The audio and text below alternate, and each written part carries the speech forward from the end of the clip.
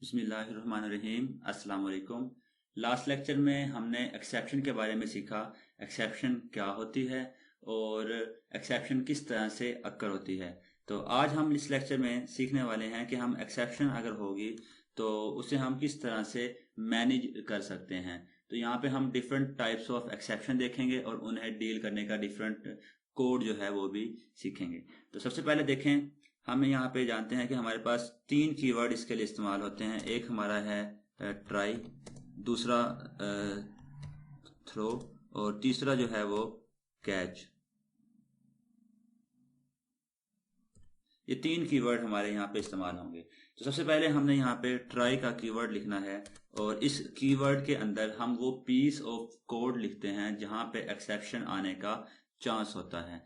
तो इसके फौरन साथ हमने यहाँ पे कैच लिखना है और कैच के अंदर हम वो कोड लिखते हैं जो हमारे एक्सेप्शन को हैंडल करता है। अब इस पार्ट में हम कैसे आते हैं, वो हमारे पास थ्रो का कीवर्ड है। तो मैं यहाँ पे बिल्कुल सिंपल सी एक देखें इंटीजर टाइप का मैं यहाँ पे बना लेता हूँ एक वेरिएबल। उसका नाम मैंने रख लिया a और उसे मैं वैल्यू दे देता हूँ 10 और इधर मैं आके लिख देता हूँ THROW थ्रो a। अब थ्रो a का मतलब क्या है कि ये जो a है इस a को as a exception try block से कैच के पास सेंड कर रहा है। तो हमारे पास कैच के अंदर इस इंटीजर टाइप से डील करने के लिए कोई कोड होना जरूरी है। तो ये जो कैच के अंदर हम यहाँ पे ब्रैकेट लगाते हैं, इस ब्रैकेट के अंदर आके हम लिखेंगे इंट और कोई भी यहाँ पे हम नेम, फॉर एग्जांपल मैं यहाँ पे जी लिख देता हूँ। तो ये जो हमारा a था ये a यहाँ पे आके जी में कॉपी हो जाएगा और मैं यहाँ पे सी आउट स्क्रीन पे शो करवा देता हूँ कि इंटीजर एक्सेप्शन। देखें अगर हम इस कोड को रन करें, देखें इंटीजर एक्सेप्शन स्क्रीन पे ये स्टेटमेंट लिखी हुई आ रही है। इसका क्या सीन है, अगर हम ये वाला यहां से स्किप कर दें एक्सेप्शन, तो देखें अब क्या होता है। अब हमारे पास अगर हम रन करें तो देखें कोई भी हमारे पास यहाँ पे आउटपुट नहीं आ रही।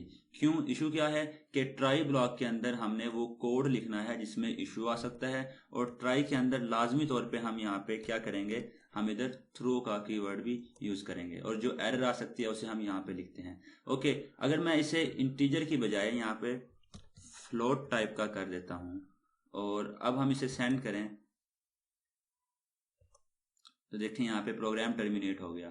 तो यहाँ पे हमने दूसरी इंपॉर्टेंट बात सीखी कि अगर हमने जो एक्सेप्शन सेंड की और उस एक्सेप्शन या थ्रो की और उस एक्सेप्शन को डील करने का हमारे पास कोई कैच नहीं है, कोई ब्लॉक नहीं था, तो हमारा प्रोग्राम टर्मिनेट हो जाएगा और टर्मिनेट होने के साथ ही बाकी जो कोड था वो सारा स्किप हो जाएगा। ओके, अगर मैं यहाँ पे एक और कैच ब्लॉक लिख देता हूँ और कैच ब्लॉक के अंदर मैं यहाँ पे फ्लोट टाइप का वेरिएबल जी या कोई भी हम बना सकते हैं और यहाँ पे मैं लिख देता हूँ सी आउट के अंदर FLOAT फ्लोट एक्सेप्शन। और इसी तरह से मैं इसी कोड को कॉपी करके एक डबल के लिए एक कैरेक्टर के लिए बना लेता हूँ। तो यहाँ पे हम एक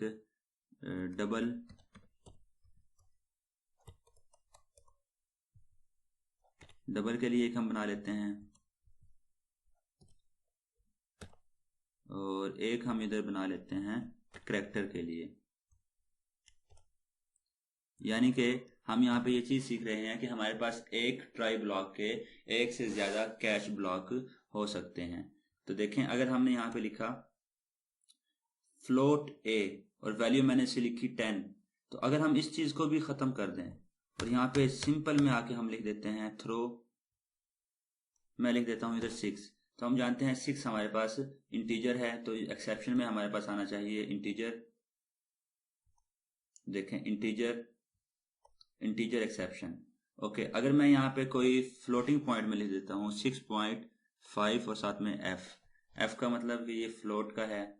और अब अगर हम इसे रन करें, देखें यहाँ पे फ्लोट एक्सेप्शन, अगर मैं यहाँ पे ये f नहीं लगाता, f का फ्लैग, तो क्या होगा, ये इसको डबल कंसीडर करेगा और देखें यहाँ पे डबल की एक्सेप्शन आ गई है। और अगर मैं यहाँ पे सिंगल कोट के अंदर लिख देता हूँ जी, तो अब ये क्या करेगा, अब ये इसको कंसिडर करेगा 4 और ये हमें एक्सेप्शन देगा। देखें यहाँ पे 4 की एक्सेप्शन इसने हमें यहाँ पे दे दी। ओके, अब 4 तक तो हमने यहाँ पे सीख लिया। अगर हमारे पास स्ट्रिंग आ जाए तो फिर हमें क्या करना है। तो स्ट्रिंग से डील करने का तरीका थोड़ा सा हमारे पास यहाँ पे डिफरेंट है।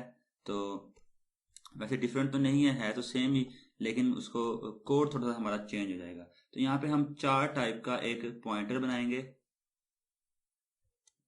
फॉर एग्जांपल नेम उसका जी लिखा और इधर हम लिखेंगे स्ट्रिंग, स्ट्रिंग एक्सेप्शन। और ये जो 4 टाइप का हमारा पॉइंटर होगा इसको हम कांस्टेंट बनाएंगे, कांस्टेंट, यानी कि इसकी वैल्यूज को हम चेंज नहीं कर सकते।